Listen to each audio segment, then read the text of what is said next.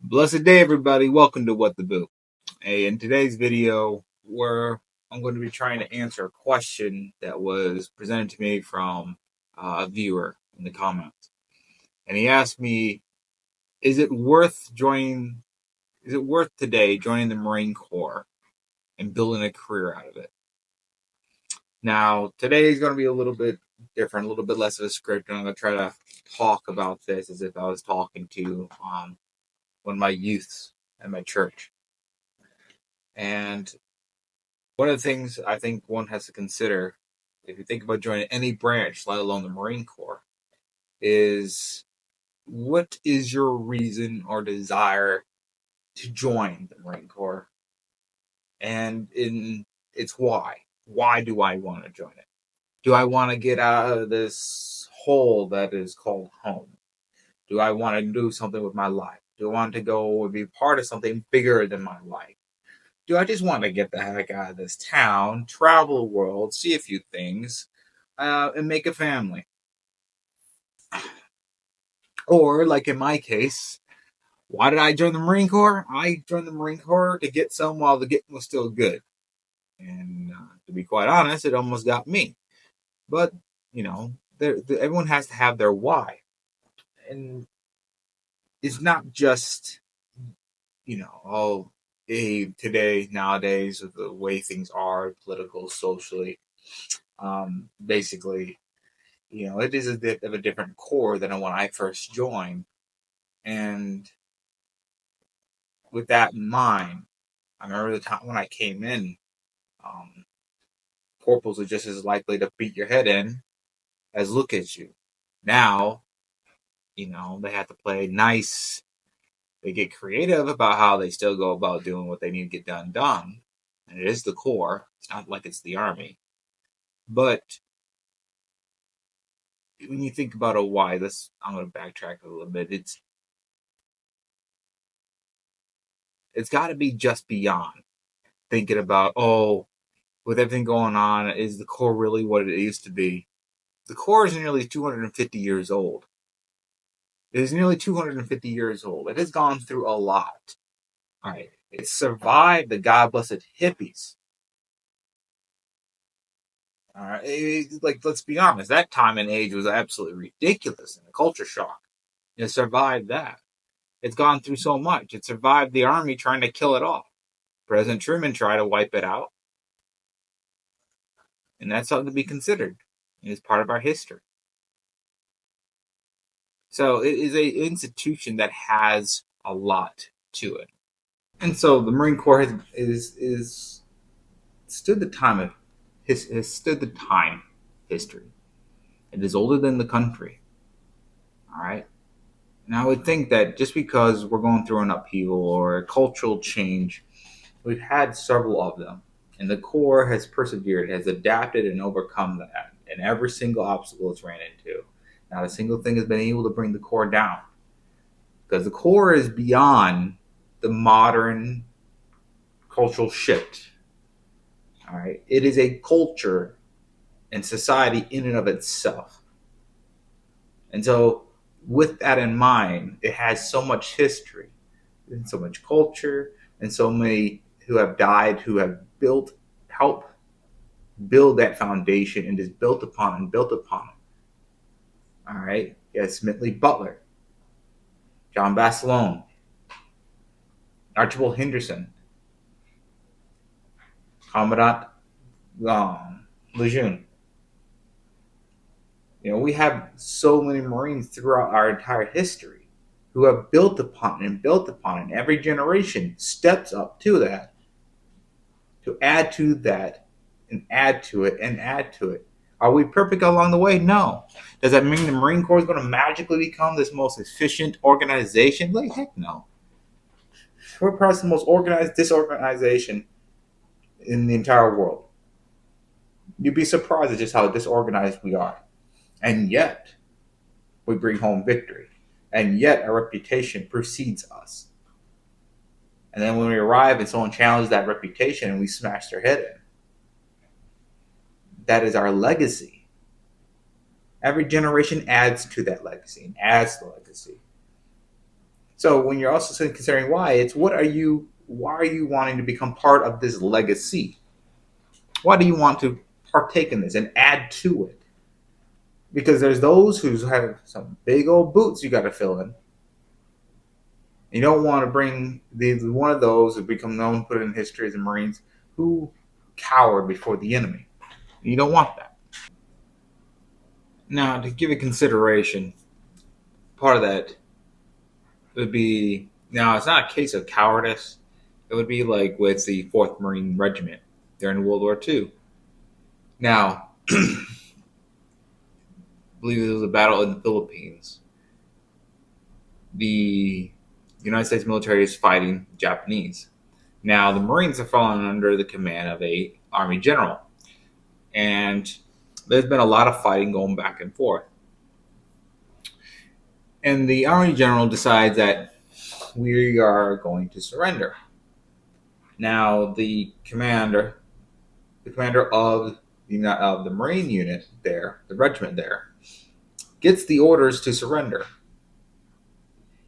And as he's reading it, it's said that it's believed that he said,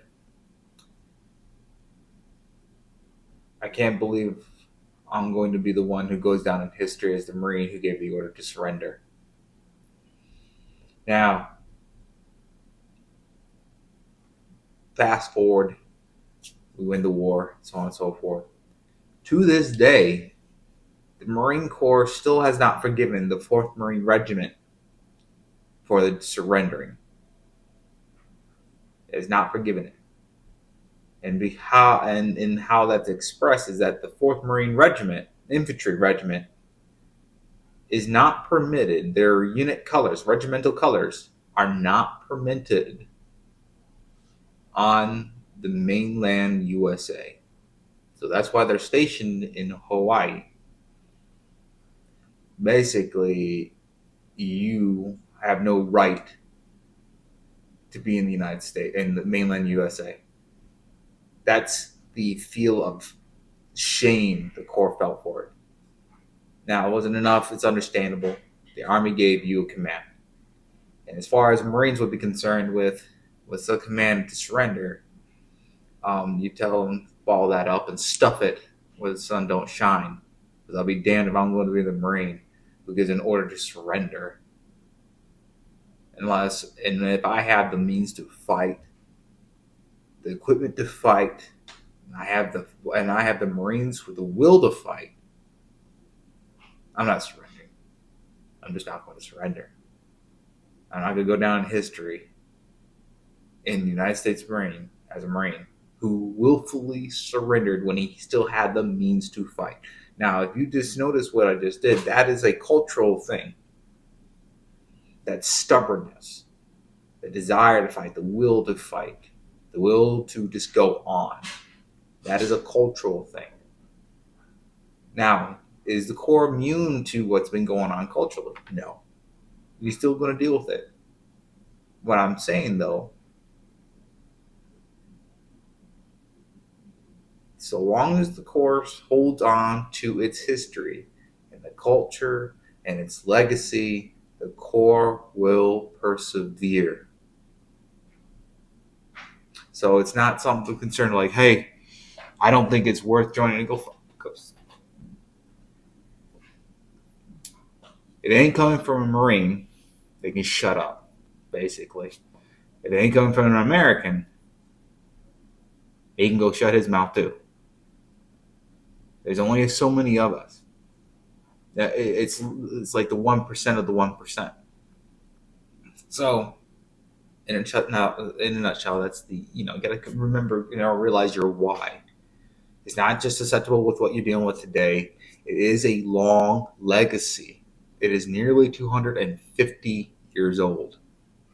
And if you decide to join that is something, that is what you are becoming part of.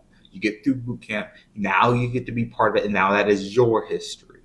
Those are now your people. Don't matter if they're black, don't matter if they're Asian, doesn't matter if they're freaking white. It don't matter what shade they came in. They are all Marines. He's a Presbyterian. He's a Catholic. He's a Muslim. He's a Buddhist. He's an Orthodox. Doesn't matter. That's a Marine. That's my people. So it's something to consider in regards to that. Now, if you want to figure out is not just like when you were talking about the why, it can also be in consideration is what do you want out of the Marine Corps? What skills do you want to achieve? Do you just want the title of being a Marine? You do your 4 years and you get out. For some, that's it. Or do you want to, what do you want to achieve in that amount of time? What do you want out of it? And so it's like, do I want to go to war? It's always a possibility. Doesn't matter who's in charge. I was in, and obviously somebody was in management, and I quite honestly didn't trust that dude. We can talk. Boy, look at he talk. You can't take that away from that dude. But I absolutely despise having him as my commander-in-chief. But it didn't take away from the fact that from the Marine Corps, the Marines will take care of their own. They'll move heaven and earth. They'll burn any country that gets in their way to get their Marine. And so it's in considering what skills do you want? What will benefit you in the long run? Hey, I'm going to be doing 20 years, and at the end of that 20 years, the skills that I will achieve, how can I translate them over to civilian life and continue on to have another 20, 30-year career, end up coming in with 2 pensions? And how it's like, what do you want out of it? Do you want to be in the infantry and try to get his hands on as many weapon systems as you possibly can, manipulate as many weapon systems as you can, and become expert in everything in the basics? Or do you want to go about doing? You just want to do the admin, do personal relations. Heck, we even have a VP candidate.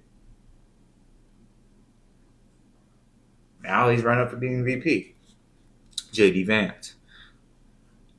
So these are all things that you need to consider and what you want out of it. And then in terms of that, how that bridges into it is the skills. All right, infantry, not the most skills that don't necessarily translate over to civilian life very easily. You can say, "Oh, be a cop." Given the environment that is in today, let's be quite honest, it's not easy to talk or deal with your fellow citizens that easily as a police officer. And also you have to deal with the ugly side of society as well as the pretty side of it. And then a lot of people, there's a lot of us who are really appreciative of those in blue who wear that uniform, who take it seriously, take their job seriously, take their oath seriously. And then you have the other side who absolutely despise them, blame them for everything, and put their entire woes and failures on the cops because the cops are out to get you. Maybe because you messed themselves up yourself. But that's just the infantry side of it. Now, the other side of the infantry side, though, is you get people management, skills management, logistics, moving of logistic material, tracking of heavy material, people, coordination. You end up being responsible for tens of thousands, hundreds of $1,000s worth of gear. You get used to making decisions that result in life or death decisions. That put you in a situation that when it comes out to the civilian world, you're willing to put yourself forward, take charge of the situation. Now, not all civilians are really appreciative of it, and you might be considered rather callous. But that also translates to other jobs. You got admin, logistics. I can't really say too much on that side. I'm rather ignorant. I have very much the narrow scope of very much the infantry. But there's a lot of skill, like combat engineer. Now, in consideration to the combat engineers, they have a rather wide area in which they do things. I've seen them be all the way from, hey, we got the generator up and running, to them being the minesweeper, to, hey, getting this to work, getting that to work, hey, figuring out how to blow that up. It's a wide span in which the combat engineers have, and they have a lot of skills. And my hat to them. Absolutely adored having combat engineers with us on deployment. One, because I didn't want to be in the minesweeper, and two, they have a great sense of humor. Absolutely, they're just tip my hat off to them. And some of them, when they get better with infantry, can become what you call an honorary Marine or honorary grunt, in which basically it's hard to tell them from us. Basically, if you didn't know no better. And then you also got kind of like data Marines or radio operators, and who not only have to do with radio operations and communication, but also end up doing a lot has to do with data. Working the computer and how the data works, and in the infantry, you'll run into a lot of cases of not work. Hey, fix. And they'll say, "What's wrong with it?" No, don't know. Fix. And there you go. That a lot of times that'll be how infantry will act. Nowadays they did have make a lot of changes. So with those changes, um, a lot more is added to the infantry. So been a huge include in that. So there's a lot of skills in which you have, and that adds up, and so on and so forth. The other one has to do with not just what skills do you want to get now, or what do you want to achieve, to include TA or tuition assistance. It's also, once you figure out kind of like what you got the 4 years you're going to re-enlist, is figuring out that route to achieve those. So, hey, I'm going to re-enlist. I now got an idea for the system, how things work. I want to get this skill, this skill, this skill, and this skill. Okay. Now, to achieve this, and this, and this is the route I need to know. Okay, this is also what I need to achieve. This is the rank I need to get and move to this, and which I'm then eligible to go to this school, and this school, and which now I can now get to this one because now I've been promoted and I get there. You see what I mean? You start to figure out the route to achieve your goals. And that's something to be considered when you're doing that. So it's not just something simple. And then also, when we're considering a lot of things, we have to consider Marine Corps culture versus present day culture. And this is also, when I was talking about earlier, our culture is very much a hurry up and wait, hurry up, get things done, while also having a culture that's very big on tradition and what we have achieved, and upholding what has been achieved, and the honor of those Marines, of what they've left for us, the organization that they left for us, in holding on to that and not dishonoring their sacrifice, because a lot of blood has been spilled to achieve what the Marine Corps is today. A lot of blood. Even within this present generation, there's plenty of vets, particularly in the millennial generation, who have spilled a lot of blood to achieve and get the Corps where it is today, and that continuation of that core, of the Corps. And so it's something to consider. The Marine Corps is different from the other branches. All right? It's very different. And it's different for a reason. Like the Marine Army, the United States needs an army. The United States needs an Air Force. So they say they need a Navy. And in that need, the Marine Corps had to be relevant. And you'll see that in our history. And there's a lot of books that go over it, Make It a Marine. They're in that you have to be innovative. You have to adapt. You have to overcome. And the Marine Corps has been uniquely designed, not necessarily designed, it's kind of just, that's what it evolved into. For it to survive as an institution, it had to adapt, it had to overcome, it had to outmaneuver its opponents. We didn't used to be as popular of a branch as we are today.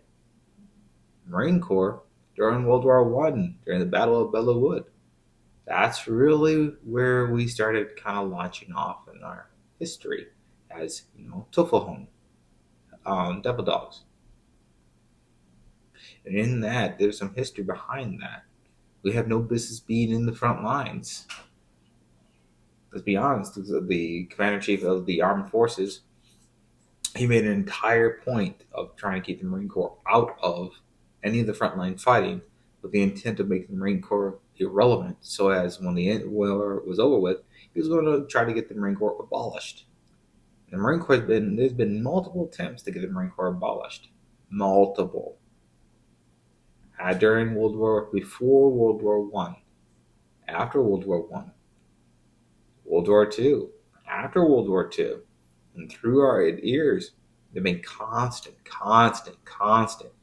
trying to abolish the Marine Corps. And in that entire time, the Marine Corps has had a huge impact in our history. In which, if you join that, you'd be part of that history. The Marine Corps was one that basically hamstringed the Army's attempt to reorganize the command chief of staff and try to make it where the Army, everything answered to the Army. And then I think in particularly it had to do with Herman Truman, in which he tested the Marine Corps had a PR apparatus that would make Joseph Stalin jealous. Toys for Tots. One, it was great for kids. Two, made the mothers of America like us. Three, it made us really hard to deal with because we had a positive public image. And it's always trying to make ourselves relevant. So the Marine Corps can be inundated,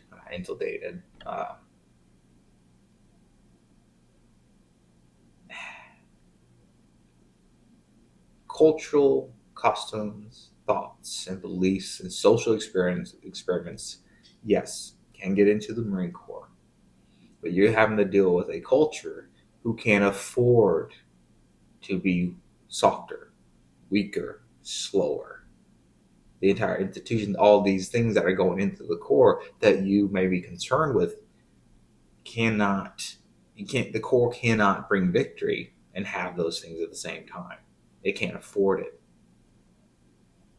It just can't. Mission accomplishment and then troop welfare.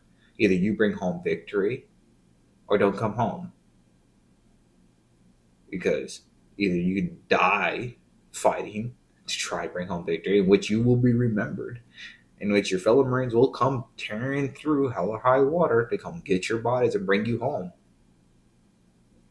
Or you can bring shame upon the Corps and that legacy and that memory and all the Marines who have bled and died before it came.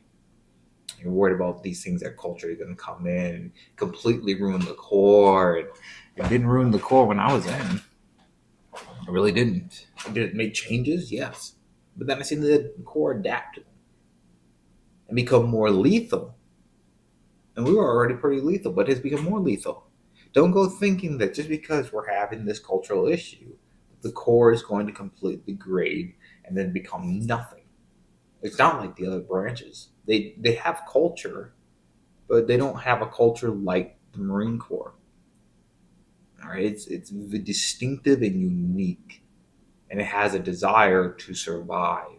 You have a lot of Marines who really take that history seriously because once you become a Marine, that becomes your history. That becomes a part of who you are. Will there be Marines who just don't care and they just think about themselves? Yeah, there's plenty of them.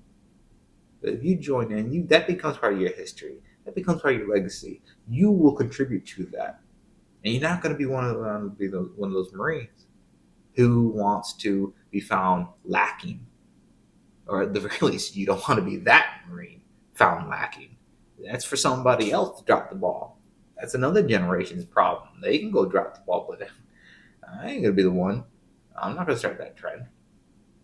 So it's not whether or not, hey, kind of isn't the Corps kind of weak? The Corps, believe it or not, is the one that still pushes you to do better, to be harder, and it has figured out ways in which to shut a bunch of people up and still remain and maintain its lethality, its aggressiveness, its brutality, even though we have to kowtow to a bunch of bleeding hearts. Oh, is that too hard? That's too rough? Yeah. No one cares. Well, not those who go in and actually go about bringing you home victory. And that would be what you'd be going into. Will it be perfect? No. Will it be the BS you deal with? Yes, there's plenty of it. Especially if you're the infantry. You get good at two things. Train on how to kill somebody and how to freaking be a glorified janitor. You'll know how to do those very well. You'll be able to find, clean, and take care of stuff to an amazing degree. and then suddenly you switch over to this absolute ruthless killing machine who somehow, in some strange way, doesn't want to be caught dead swearing in front of a baby. Not in the slightest. I've seen a whole company of who are a bunch of swearing Marines, but the moment we see a 2-year-old come walking through, every single Marine smack the back out of any Marine who didn't see. And say, oh, no. Yeah, we ain't swearing around, kids. And so it's little things. So don't worry about that. Well, you do worry about it. Because if you join the Corps, you may very well be the one who makes the difference between whether or not it succeeds or crumbles. Unlike the other branches, they don't really have that culture to really hold on to, that identifying part. You can't say I am soldier, or I am Army, I am Navy, I am Air Force. It's I am a Marine in the Marine Corps. That means something. Once you're a Marine, you're always a Marine, unless you do something really heinous. If you do that, the Marine Corps will disembowel and maybe even go, depending on how bad it is, they might strip you from their history books. Or they'll really trump you around as saying this is not one of us and we hate it. So that's some consideration to us. All right. So in a nutshell, I've gone through all this, and you could say in the end, hey, is it worth joining the Marine Corps today? And I would advise yes. And if you're, and in particularly, if you're going, hey, I'm going to join, at the very least, join the one branch you know full well. If they're going to go somewhere, they're going to try to do their damnedest to try to keep you prepared, to get you prepared. And if you fall in battle in line of duty, we'll do everything to bring you home. They have a reputation for it. I've seen it happen with my own 2 eyes. And just to find out that we left some pieces somewhere, and to watch everybody, to include the guys we just freaking got, load back up and almost go right back out the door if it wasn't for a direct command to a commanding officer forbidding us. And then that entire night, we mortared anything that came within 50 yards. And then we loaded up the very next morning early and went out there in full force just for a few body parts, just so we can bring them home as whole as we could. It's like, yeah, you're dead, but we're going to honor you and bring every last part of you back home. It does not matter what we have to do, no matter what we have to burn down. You are coming home. It's like when the Soviets would say, one of the most dangerous places in a battlefield to be at is in the presence of a dead Marine. And one of the worst things that happen is being in the presence of a dead Marine. As fellow Marines find you there, because they're going to assume you killed them, and they're going to kill you for it. You find a dead Marine, you know for a fact Marines are looking for this body. And when they find it, you don't want to be there. So it doesn't matter how bad the leadership is, who the president is, who your commanding officer is. What matters is that you have your Marines. You take care of your Marines. You bring your Marines home. You're responsible for your Marines. You all became one. They all achieved something that not a God bless the other person did. Hey, I thought about joining the Marine Corps. I almost joined the Marine Corps. It's like you didn't join. Because you didn't have what it took. If you did, you would have joined. At least try. But you didn't. Just shut up. You're not one of us. You will never be one of us. And you could never be one of us. So yes, I would say, is it worth to join the Marine Corps, even to this day, present day and age? Yes, I would say yes. Join the Corps. There's much to be gained, much to be learned. There is a whole slew of BS to learn and deal with and go through. That's life. It does prepare you. You learn to manage it, and you learn to manage it well. Will it be perfect? No. Will you go hungry? Yes. Will you get screwed over? Probably. But if you do what you're supposed to do, get good at what you're supposed to get at, and that includes the basics, and it's one is boring, you do it, it's totally worth it. Take every advantage you get as much schooling done as you can, master those skills, and it will come out worth it. You do your 20 years. Let's say you go in at 18, you do 20 years, you're out by 38, 39 at worst. And you still got plenty of life. Now you can go off and do a whole nother thing. In that entire time, you could have been building skills, learning skills at the cost of the government. And by the time you go over, you already got a bunch of certification and classifications and training and experience and practical application that you can take it and move it to another area. You can do it with the other branches, yes. But in the core, I'm obviously going to be biased. That it actually ends up becoming just rather than, I was serving in the Army. I served in the Army. It's like, I'm a Marine. Oh, you're a former Marine? No such thing. I am a Marine. I'm not in active duty, but I am a Marine, and I do care. Those are some things to consider. All right? Now, I know it's a little less formal, a little bit off the script, but hey, this question was sent to me by one of the viewers, so I figured it was a good question. It was worth taking some time to actually think about it and try to actually make a video dedicated towards answering that. I hope that this actually answers your question, and this answers the question for anyone else who might be considering whether or not they want or don't want to join the Marine Corps. Now, the other branches, sure, I'm biased, but the Marine Corps, I could say in the long run, yes. And I would say in the end, if you're going to do it, at least have your mindset to do 8 years.